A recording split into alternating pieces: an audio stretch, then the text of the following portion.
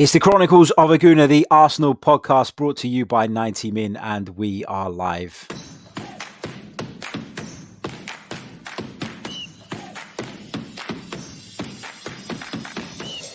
You're listening to the Chronicles of a Gooner, the Arsenal podcast. I'm Martin Tyler, and you're listening to Harry Symeou.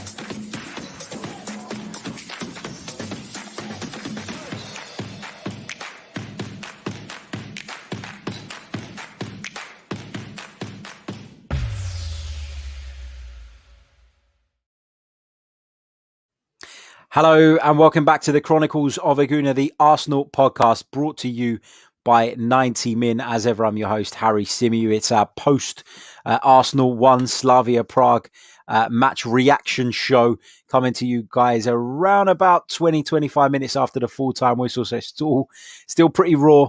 And I'm delighted to say that I'm joined by Mike Stavrou of Metro Sport to help me try and unpack what it is that we just witnessed. Arsenal, of course, finally breaking the deadlock in the late stages via Nicolas Pepe. But of course, Arsenal threw it all away with a defensive lapse right at the death. And Slavia Prague got their away goal and now go back to the Czech capital with, of course, an advantage. Mike, your overriding feeling off the back of that game, because mine is not even an anger. It's almost you could see that coming from a mile off. You could see when Arsenal were failing to convert the opportunities that they were creating, you always had that feeling that there was going to be a sucker punch, and that sucker punch came. I mean, this is something we should all be used to, Harry, as Arsenal fans. It's just the same old story, and I would say it's been happening, this season. But in reality, it's been happening for years and years. Failure to miss chances, soft backbone, lack of big game experience when it really counts, lack of ambition going forward. In the first half, we've seen way too many times. We wait until the last 10 minutes to start playing until we bring on substitutes to even get that first goal. My overriding feeling is complete disappointment, because I think that 1-0 is a pretty good result. Obviously not what we wanted, given how the game went and how many chances we spurned, but if you look at it, it's a good result. 1-1 is a pretty terrible result. 0-0's better. Yeah, of course, 0-0's better. But when you're pushing for that first goal and you're pushing for that breakthrough goal, you're not doing it with the thought in mind of, but then we don't want to score just in case they then equalise, because losing 1-0 is an even worse result. Yeah. No, I mean, from my perspective, Mike, I mean, I want to get this out there first, straight away at the early stages of the podcast. I want to make this clear. Arsenal are not out of this tie by any stretch of the imagination. Arsenal completely dominated Slavia Prague tonight. Arsenal were head and shoulders the better team. And based on what I've seen tonight, I take confidence from what I've seen tonight. And I think that Arsenal still stand a very, very good chance of progressing. So it's not all doom and gloom for me. But obviously the nature of the sort of the way we ended up being pegged back was frustrating. I know that Michael Arteta is going to get a load of criticism off the back of this. And no way. But in your opinion, is Michael Arteta to blame here? Because I would be a liar and a hypocrite if I sat here and said that I was unhappy with his team, because I think he picked the right team. The only thing I maybe would have done differently was I would have put Pepe in from the beginning instead of Willian. But other than that it was pretty much as I picked it. The chances were there. He can't get on the pitch and convert them for the players. So how much of the blame tonight do you lay at Mikel Arteta's door? Because there are some out there, and I can see him in the chat. I've seen him on Twitter already, that are calling for his head again. Let me just make one thing clear. And we've seen to spawn this culture now at Arsenal, and it happened under Wenger. It definitely happened under Emery, and it's happening now under this manager. It's just this thing where we just want to get rid of these managers. I'm not saying Arteta is blameless. There's been a lot of questionable things over his tenure, the way he's handled players, his tactics, he's, leaving out Martinelli, bringing Aubameyang straight back in after he was late to training after the Spurs game. Lots of questionable things. I'm just getting out of the way first. But tonight, as you said, Mikel Arteta cannot do any more. He cannot get on the pitch and convert those chances. He cannot make Lacazette score that chance. And people saying, "Oh well, if it was Aubameyang, he should have scored. Why is Lacazette on the pitch?" Well, Aubameyang missed loads of chances in the Benfica game when he was playing up front. And let's just say that. And also, he missed a big chance tonight. Yeah, he did, but also Aubameyang doesn't press the centre back or the centre. He doesn't press the player the way Laka does. Yeah, that's what I was thinking. He doesn't. Look, he can take a lot of stick, and as a manager, I'm not saying he's blameless. He's a rookie at the end of the day, so he's going to make mistakes. But I just think, as a fan base, we're so quick to jump on people when there's no other alternative. There were 5 big chances tonight. Saka scored a sitter. Lacazette scored that sitter from the 1-1. He spurned another huge chance from that cross, which he blazed right over. When Aubameyang came on, missed another big chance, which Aubameyang of last season would have scored. And then finally, we scored the last big chance late on when Pepe came on. But the fact of the matter is that Arteta cannot cross that line and score those goals. So however much you want to question his tactics tonight, we created enough. We should have buried that game, and that's all you can say. Yeah, agreed. And there's a fair few people in the chat sort of suggesting that that maybe he should have made those substitutions earlier. Maybe he should have made those changes earlier. But actually, the timing of those substitutions was right because they had an impact instantly. And I don't, and you could argue that, you don't know what impact they have if you don't make them at the right moment. I think that's all, I think people are just getting sort of too into Mikel Arteta tonight about sort of picking on the subs. The point is he made the changes. The changes led to us scoring the goal that we were struggling to find. And whereas coming away from the game, had we not conceded such a stupid equaliser in the dying stages, Mikel Arteta would have come out of it with, oh, look, Mikel Arteta managed the game well tonight because he made the changes and we ended up getting the result off of the back of it. So I feel like criticism of him tonight is a little bit harsh. I know, look, I've seen there's people in the chat. Where is it? Stan the Man says, Lacazette, no, that's not the comment I wanted to. Here it is. He says, wow, your excuses for the manager seem to know no bounds. It's not even about making excuses, Stan, not for anybody. It's about looking at what went wrong tonight, right? It amazes me that nobody has mentioned the name Bukayo Saka tonight because he wasted countless good situations tonight. He got in behind their defence time and time again, wasted a chance that was equally as good as the one that Lacazette smashed against the crossbar. He delivered poor balls when he got into key areas on more than one occasion tonight. The reason Arsenal weren't away with the fairies by the 70th minute was because of Lacazette not converting chances, Bukayo Saka not converting chances. And when a manager sets up a team that goes out on a football pitch, concedes very little in terms of opportunities, like Arsenal did tonight, and creates plenty of opportunities for themselves, what he's created the basis for those players to go out and do the business, and they've not done it tonight. And this has been a regular occurrence throughout the course of the season. And like you, Mike, I don't think that Mikel Arteta is completely blameless.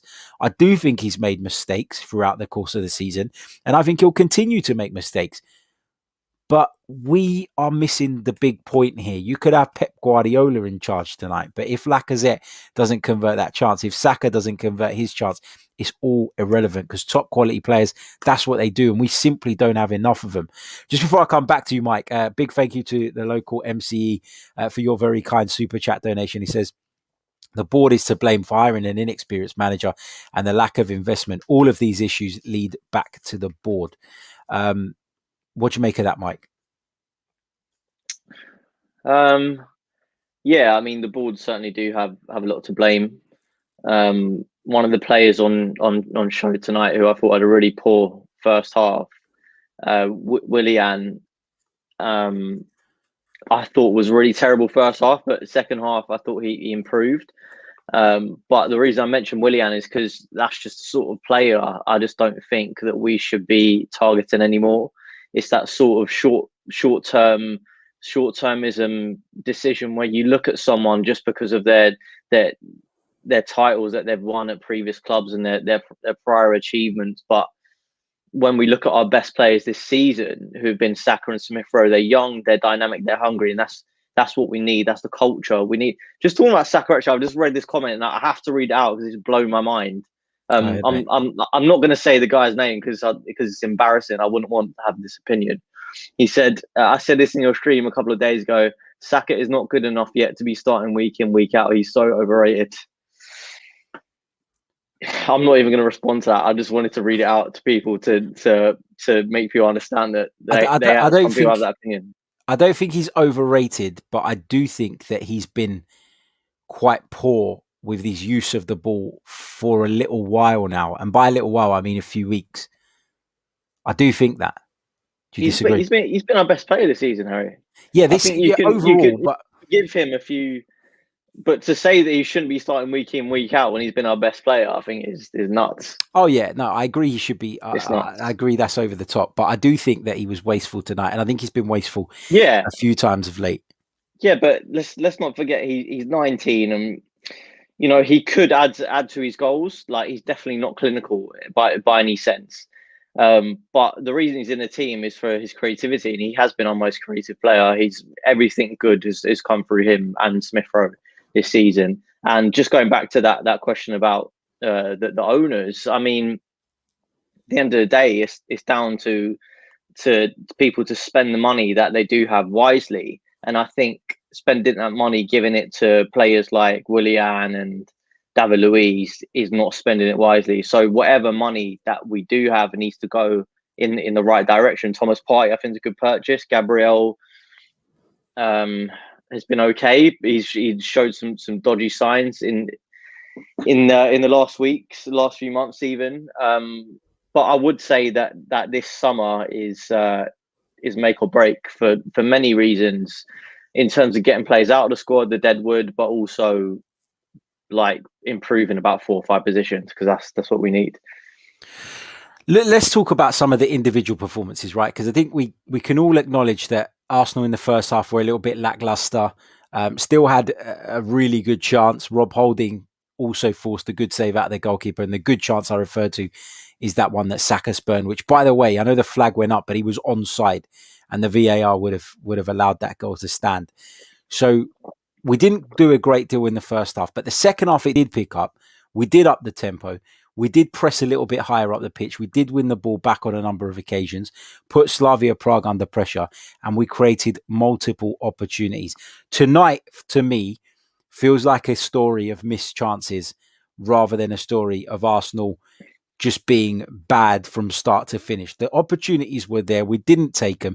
And unfortunately, as much as people poke fun at the Europa League, at this level, at top level, European football level, you cannot afford to spurn opportunities because your opponent is capable of punishing you.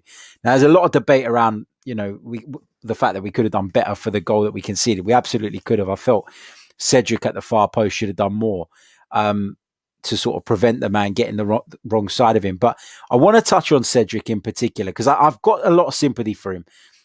Don't underestimate how difficult it is for a right-footed player to play at left back. I think at full back, it's very difficult to play on your wrong side. And I thought he looked a bit awkward tonight, more awkward than he looked previously playing there. Was always having to check inside. It was disrupting our flow a little bit, but I thought defensively at times today, he just got caught tucking in a little bit too much. What did you make of his performance? Yeah, I just think we lose so much, Harry, when we don't have just that. But I mean, it's bad enough losing Tierney, but when you're losing like a left-footed fullback as well on the left, you just miss so much, because it's all that impetus going down that side. The overlap is pretty much useless because Cedric's not gonna create much on his left foot. His crossing tonight was poor, and defensively, I did think he got caught out of position a few times. And actually, I think he was partly responsible for the goal we conceded as well. I think he gave quite a sloppy pass back to Gabriel. Yeah, Gabriel's touch was poor, but I don't think that was the right thing to do. He had the ball and he was going forward, and he decided to turn back and give a sloppy pass to Gabriel in like the 92nd minute or the 93rd minute. I just think it's poor decision making. And that goal as a whole, just moving off Cedric for a second, is just completely unacceptable. It had shades of the goal we conceded against Olympiacos when we got knocked out last year.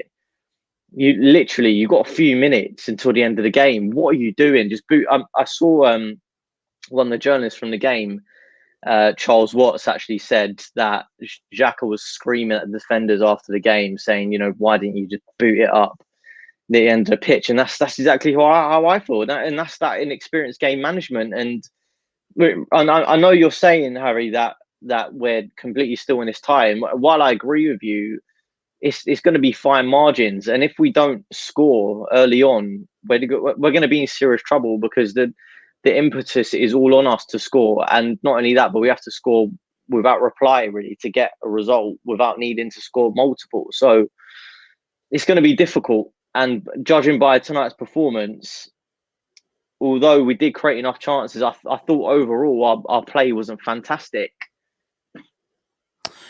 I get where you're coming from, but I look at Slavia Prague tonight, and I'd been very cautious about them in the build up to this, and I talked a lot about how they were no mugs and we shouldn't take them lightly, and I still believe that.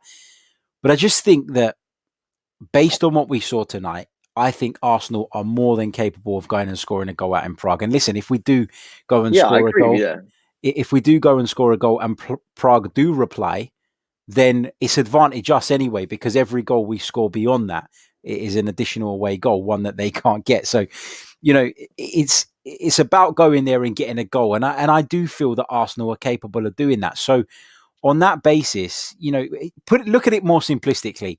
Arsenal have to go to Prague and they have to win. And based on what I saw tonight, I am not particularly fearful of Slavia Prague. I think if Arsenal are at it, they can beat this side. And so I can't, whilst I'm frustrated with the way things went tonight and the fact that we conceded that goal in the dying stages the way we did, I can't be too downbeat. I can't be too upset, about it. It's frustrating, of course it is, but I do feel as though Arsenal still stand more than a 50% chance of progressing. And that's why I feel good about it. That's not a massive. More than 50% makes us favourites, Mike. All right. Well, let me ask you this, Harry, because I thought it was very interesting when I saw the team sheet, because I think to drop Aubameyang, your captain, in a game like this was a massive, massive call. I did my predicted 11 before the game, and I thought he was going to play Aubameyang up top. I thought there's no way he's going to drop him now. If there was any time to drop him, it would have been after the Spurs game, when he initially took him out of the team, and it would have been setting an example. I understand why he didn't do that, because I think he would have created headlines if he wouldn't have put him straight back into the team after that. And I sort of get that, but it was a bit weird for me for him to do it tonight. And judging off of that performance, the fact that I think Lacazette had a decent game, I thought he actually held the ball up quite well, was bringing others into play. I think in the first half he had way too much to do, because for whatever reason, Smith Rowe was going out to the left, and Lacazette was basically the only person in the middle of the pitch. So I think on that front he was okay, but obviously, like, in the job that he's actually meant to do as a striker, which is finish his chances, he didn't do. So my question to you, I just wanted to ask you, who does he play up front next week? Because I don't know. It's a hard one, because I feel like I agree with you in the sense of Lacazette, for the most part, gave us a balance and gave us a focal point as the centre forward. And he did play a few balls in behind for the likes of Bukayo, Saka, and I thought he worked pretty well. The thing that puts a massive black mark against Lacazette's display tonight was that glorious opportunity that he wasted, right? And two for me. Two. That's right. And you got to put that to the side when assessing his overall performance, right? Which I thought he gave us a lot of effort, a lot of hard work, and he sort of links things up very nicely. But ultimately, it's always been the case that if you get one chance and it's going to fall to one of your strikers, you'd always pick it to fall to Pierre-Emerick Aubameyang because he's more clinical, has been throughout his career, and I think will be going forward as well. It's just that, do you go with Aubameyang to the detriment of your build-up play for the remainder of the game? Because Aubameyang doesn't give us that. Having said that, tonight when he came on, he made a difference and he did make things happen. But I just wonder if that was emphasized by the fact that it was late in the game. Slavia were tired. He came on and posed. Yeah, there was space. He came on and posed a different threat to what Lacazette had been posing. And I think that probably played a part in it. But, I didn't expect him to drop Aubameyang. I didn't think he'd have the balls to do it, but it's what I would have done as well. And I said that in the build up to the game because I thought his performances lately had been so apathetic, so poor that it needed to happen. So again, like I said earlier on, I'm not going to be a hypocrite. I'm not going to dig out Michael Arteta for something I would have done in the lead up to the game as well. The fact that he came on and he and Pepe combined for the goal showed that Michael Arteta made the right choice in bringing them on when he did. But, ultimately the damage was done before that because Arsenal, damage is the wrong word. Arsenal should have been away and sort of with 1 foot in the second, 1 foot in the semi-final, well earlier. Way before that occurred. Let me just quickly read out this super chat from Marble Halls TV before we continue on. Marble Halls TV, thank you so much, mate, for your very kind donation. He says, what annoys me tonight, Harry, is we're making the same old mistakes, players and the manager. We have a serious own worst enemy complex. Yeah, you sum it up, mate. It is frustrating. It is disappointing. It is the same mistakes. And I get all of that.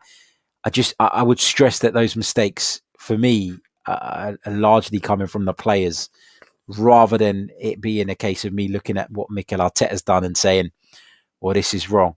Let me just quickly say a big thank you to Le Bomb as well, who are kindly sponsoring the Chronicles of a Gooner for the next few days. So a big thank you to them for their continued support of the show. Le Bomb is a brand new football predictor game where you go head to head with your friends rather than the bookies. So this weekend, I'm going up against some of football's most recognizable YouTubers. I'm taking on Rory Jennings, Elliot Hackney, Adam McCullough, and Boovie in a predictions game over the course of the weekend. As I say, it's betting against your mates. We've all put a tenner in. Winner takes all. But for me, this is all about bragging rights, and that's what it should be all about. So the leaderboard updates live on the app, so I'll get updates as each goal goes in, thanks to the brilliant app created by the guys over at Le Bomb. And you can download it by clicking on the link in the description, share it with your mates, have a game amongst yourselves. It's great fun. You must be 18 to play, and you must be a UK resident.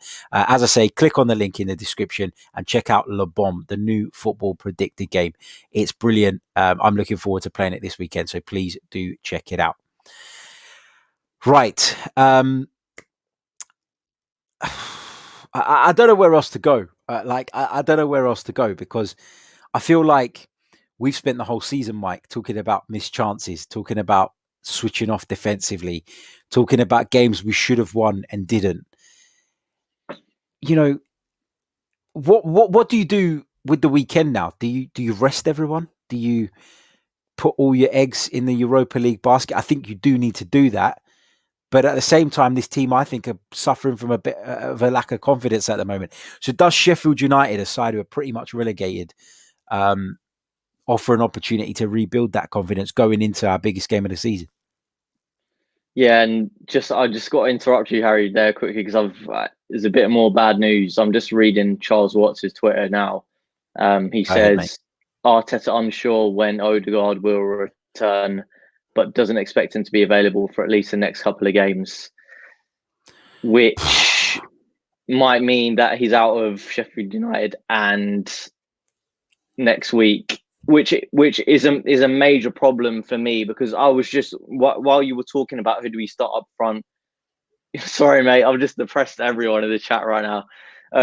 When we're talking about who do you start up front, Aubameyang or Lacazette, I think there's a case to start Aubameyang up top if you have Odegaard in behind, because you have someone who who has more vision than Smith Rowe, is a bit more technical based, can play in a passing behind, and I think by that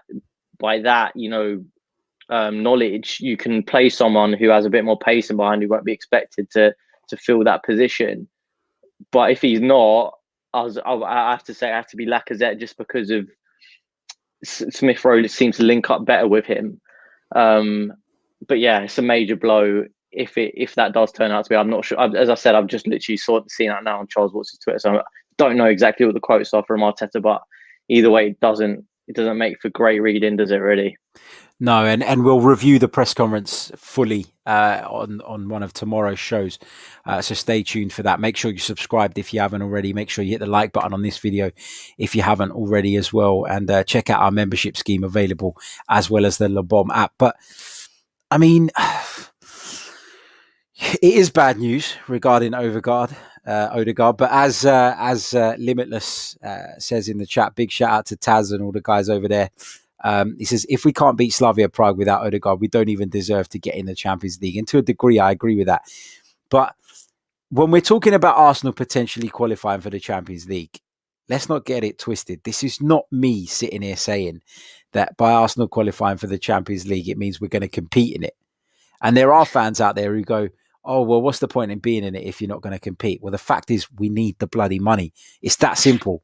Arsenal need the money that the Champions League brings. Yeah. And if you want Arsenal to upgrade in all these positions we seem to be talking about every single week, we need to progress in Europe. We need to secure European football for next season so that those finances become available. We touched on Cedric's performance a little bit. I thought Rob Holding did okay after a bit of not a dodgy start in terms of his defensive work, but in terms of him on the ball. I thought he improved as the game went on.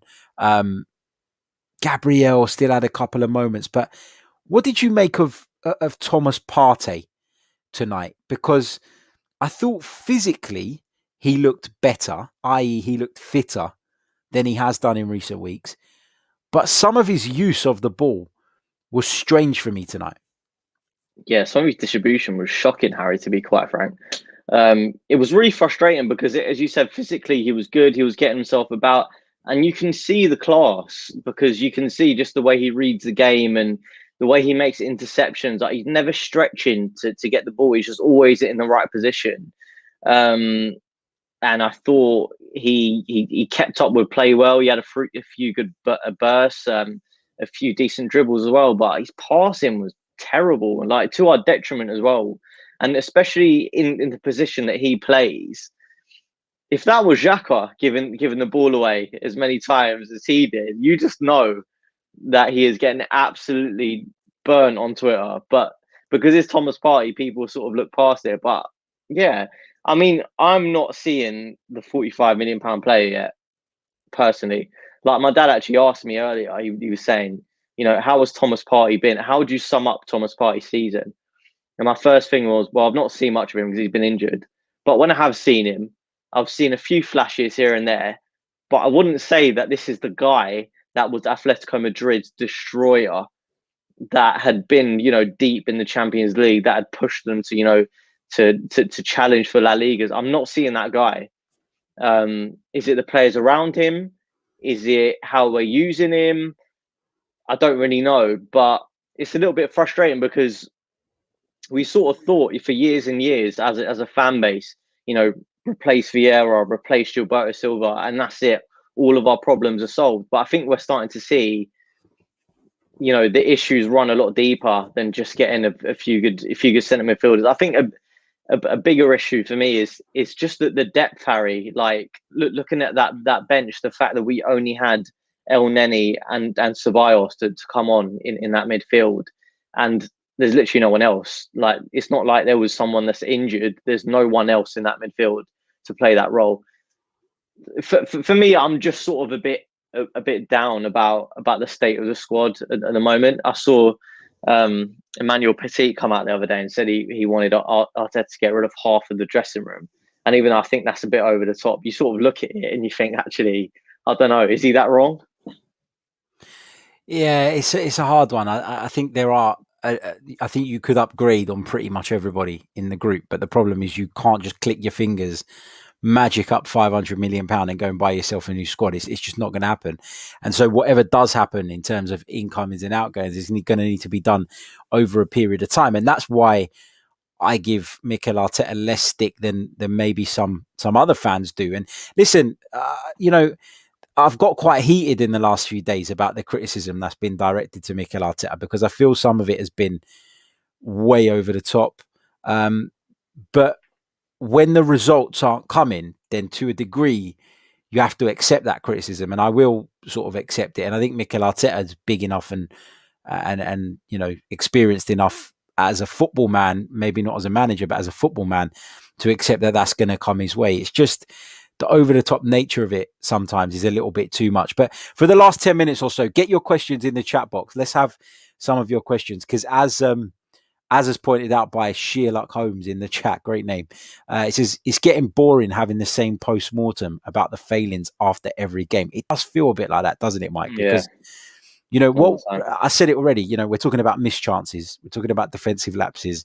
We're talking about a lack of quality at times in the midfield. It's just the same things over and over again. Jovan says, are we dropping Pepe again for Saka, even though his conversion is a lot better? We probably should have touched on that. Nicolas Pepe took his goal very, very well, didn't he, tonight? He took it brilliantly. Yeah. I mean, it's weird, isn't it? Because he's not exactly the guy you would think out of all them chances. I mean, that was the hardest chance, first of all. The speed at which he was running to be able to chip it over him, definitely the hardest chance out of the five that we've mentioned tonight. So fair play to him for that. And you wouldn't expect him to be the one that would rise to the occasion, just judging on the season that he's had and the start to his Arsenal career, which has been really difficult. So completely fair play to him. But I wanted him to start. I thought, if you're playing Cedric, a right-footed left back, you have to have width on the left-hand side, and you have to have someone that can go down the line and whipping the ball first time, because otherwise it is just so slow. And that's what we saw tonight. Willian, yeah, I said he improved, but every time he got the ball, it was check back, stop, find a pass, maybe take him on left-footed cross, which didn't really do anything. Granted, Lacazette, for me, wasn't hungry enough tonight to get into the box and get on the end of those crosses. There were so many, about 15 that were just into the box. Lacazette, the only person in there, nowhere near. Saka as well. His crossing was quite poor tonight, I have to be honest. But Pepe has that ability to just speed the game up. And I'm like from Arteta's perspective, I will criticize him for this. What more does he want him to do? Like, he scored a massive goal tonight. Granted, he was poor against Liverpool, but so was the whole team. I'm not blaming that. I'm not blaming him for that. But this is our £72 million signing, and ultimately they need to make a decision now. Play him for the rest of the season. Judge, do you want him or do you not? Because if we don't, then we need to cut our losses and sell him on. There's no point having him for another season. Is he going to fit in? Is he not? He's going to have a couple of games, play in the Europa League, do really well. That's not good enough. Like, we spent £72 million on this guy. We need to decide if we're going to try and get a little bit of money back or persist with him and he's going to be a first team player, because it's just a joke. And this is what the previous guy was talking about in terms of the recruitment. Nicolas Pepe, another player where we splashed out all this money, and let's be honest, he's been nowhere near the player that we expected him to be. No, completely agree. And Jovan mentions the conversion rate of the two, and it's interesting because yes, Bukayo Saka has been one of Arsenal's most impressive players this season, but when you look at the statistics and you consider how much the two have played in comparison to one another, Bukayo Saka's played 2,866 minutes this season. Nicolas Pepe has played 2,193. So Bukayo Saka's played almost 700 minutes more of football than Nicolas Pepe, yet Pepe has 9 goals in all competitions and Saka has 6. So there is a disparity between what they're doing in terms of their conversion and their outputs. I'm not going as far as saying that I don't want to see Bukayo Saka in the team and I want to see Pepe instead. But there is an argument, surely, that beyond Bukayo Saka, when you're looking at our wide options, Nicolas Pepe is the most effective, yet Willian seems to get ahead of him. We've seen Emile Smith-Rowe pushed out to that side to get ahead of him as well. And it just, to me, it doesn't make sense. And it's a little bit frustrating. I think Pepe has more to offer. And I think if he was in the team for a sustained period of time, you'd probably see more from him. Let me pick out a few more questions because I've seen some good ones, but the chat is constantly updating. Hold on a second. What have we got here? Got fair people say a fair amount of people not too pleased with Thomas Partey, some defending him. This is a question that deserves a podcast of its own. How do we fix this club, Harry? I mean, we'll save the big discussion for another day and for another show, but how do we fix Arsenal? We simply need to improve the squad of players.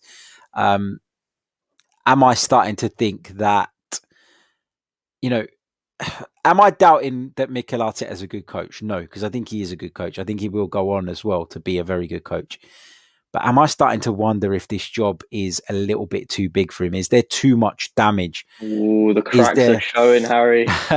Is there too much for someone so inexperienced to do? That is a fair argument. That is a fair discussion to have.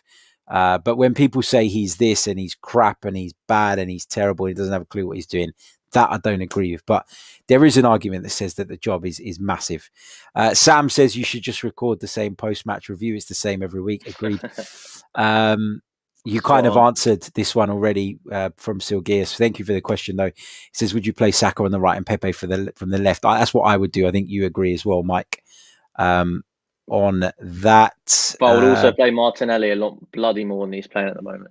Yeah. I think we agree there too. Agreed. Gooner also disappointed to see Willian start this evening. Gunner since 96 says, any chance I can come on to get some things off my chest, Harry? Going to be doing a phone-in show in the next couple of days, mate, so you're more than welcome to come on that. So keep your eyes peeled. I'll drop it in the YouTube community bit. I'll put a post there, but I'll also post it on social media as well. There's a comment in the chat box I'm not even going to read. It's absolute madness. I don't know where it's come from. Vikshan says, Harry, have you seen the one I'm talking about? I'm just going to read it. It's a joke. Go on, go for it. Where is it? I sharted in Audi today. What was that? Was that from watching the game or I don't know. Generally? Just generally, Fair I guess. Enough. If you want to throw up to that. Yeah, exactly, man. I hope you had some wet wipes in the car. Vikshan says, Harry, if we can't win the Europa League, we can't attract better players next season. Do you believe we can win the trophy? So I'm assuming you're talking about this Europa League. Yeah, I do. I do. Contrary to what happened tonight, I don't think that Arsenal are out. I think Arsenal stand a good chance of going through. I still make Arsenal favourites to progress. And if you get beyond them, if you get beyond Slavia Prague, you're in the semi-final. So, of course, we have a chance of winning the competition. I'm as annoyed and as frustrated as everybody else tonight that we conceded a goal the way we did so late on. But, the Olympiacos goal that we conceded when we got knocked out, that was a fatal goal, right? It was in the dying stages of the game and you knew there was no coming back from it. I know this is the first leg, but it doesn't have that feeling of a fatal goal to me right now. It might go on to be, but right now, it doesn't feel like that to me. Does it feel like that to you, Mike? No, of course it's not fatal because we still got a complete other leg to play. But for me, it just feels like it's just a huge hammer blow at the end of the day. Because we could have gone into that leg, clean sheet. The onus is completely on them, and all we have to do is just nick a goal, and the scenario looks so much better. But you could also argue the case that if we had won that game 1-0, then would we have been too complacent going into the second leg? I don't know. That's a possibility. Yeah, I suppose. Another thing I want to put to you, Mike, Bernd Leno. Do you think he could have done better with the goal? Oh, we've lost Mike. I'm sure he'll be back in a second. My thoughts on Bernd Leno tonight. Didn't think he did much wrong during the course of the game.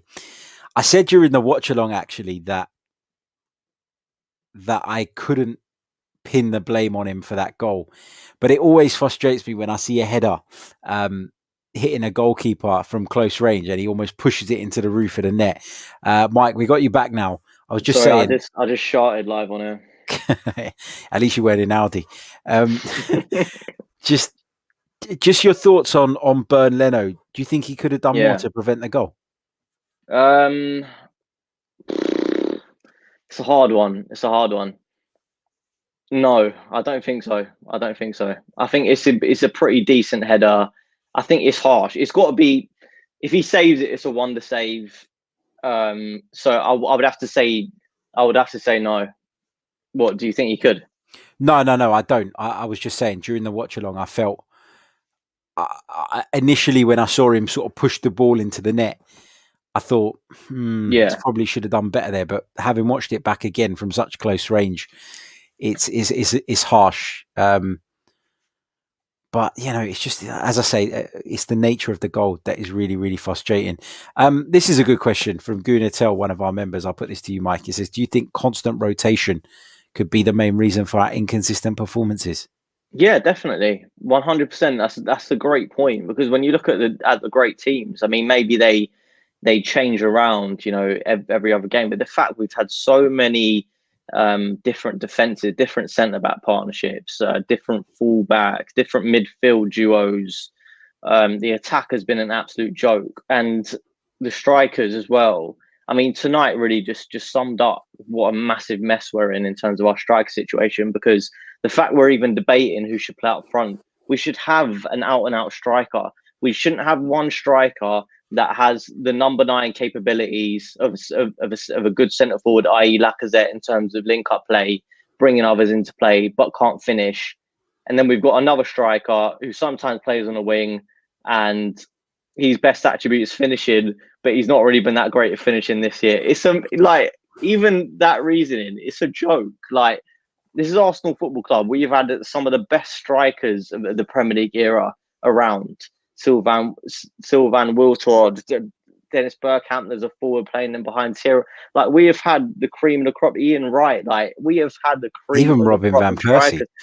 There's so many. Olivier Giroud, like, I think he would walk into this team. I think he would. Like, why? Like, that's what we need to focus on. But then I say that, and I'm like, there's so many bloody errors we need to focus on, and that's why I sort of feel a bit sorry for Arteta, because the position that this club are in from years and years of poor recruitment, of finishing outside the top 4 now, has just got us in such a mess. And yeah, the owners do come into that, because they've not pumped as much money into the club as like the likes of Man United and Man City and Liverpool and all of them. But my issue is that I just think we need too much work for this manager. I think that will be Arteta's downfall. I think he's not going to be able to get the squad that he wants quick enough in order to make this job a success. I just don't think he has the experience. And as you alluded to earlier, I think the job will end up being too big for him, unfortunately. That decision is not going to come now. I think he will get the window, and then he will get the first few months of the new season, and that will decide his job. And then we go from there. But it's just thinking about the squad building, Harry. It's just such a big task to get this squad back to where it needs to be. It's massive. And that's why it drives me mad when people talk about the fact that people sort of feel as though we have this God-given right to finish in the top 4.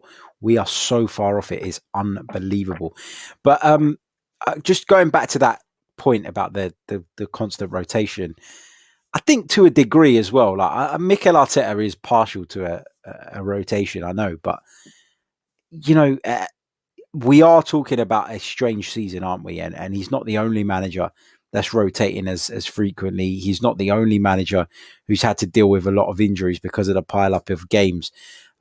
So I guess the point I'm trying to make is I'm not defending him for it, but what I'm saying is that maybe there's been more of it than he would have liked himself, because he's felt the need to do it because of the nature of this campaign, which is, of course, very different to any campaign we've ever seen before.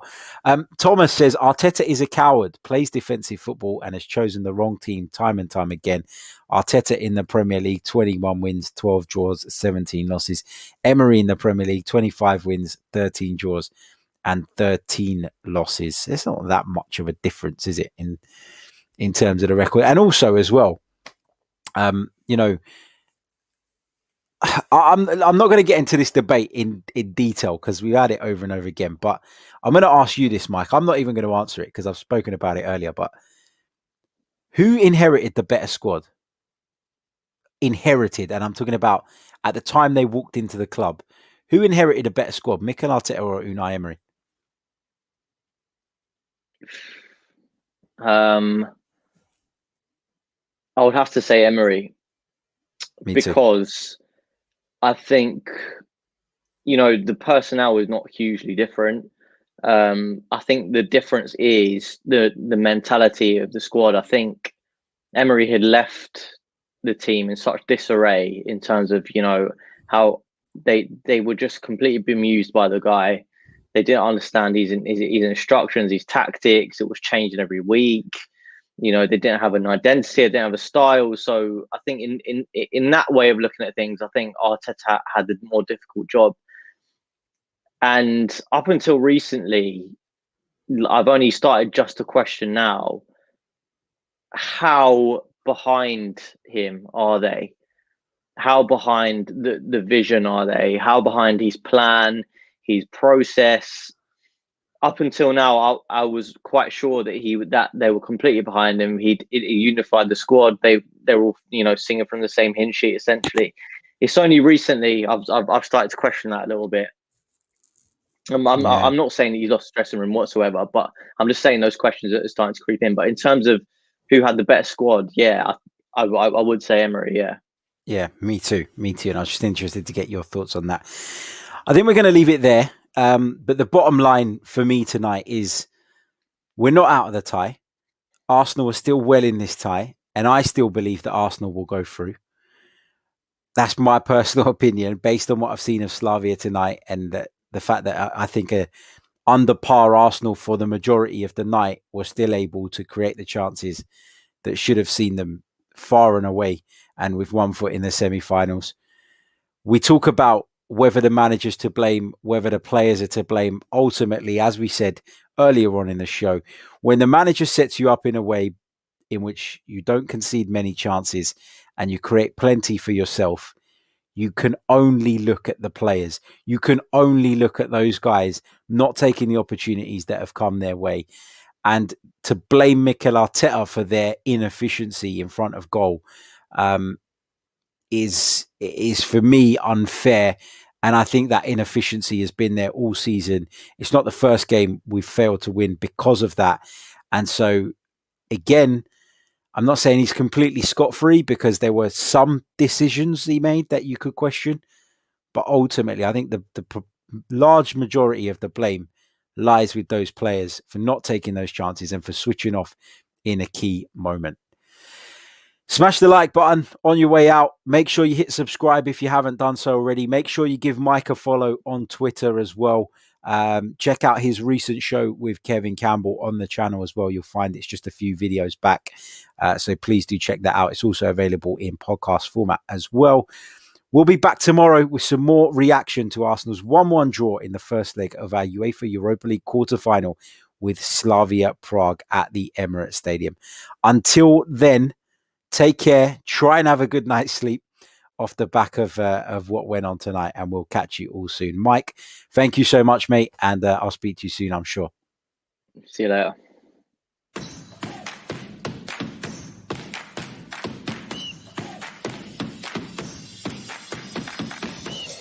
You're listening to the Chronicles of a Gooner, the Arsenal podcast.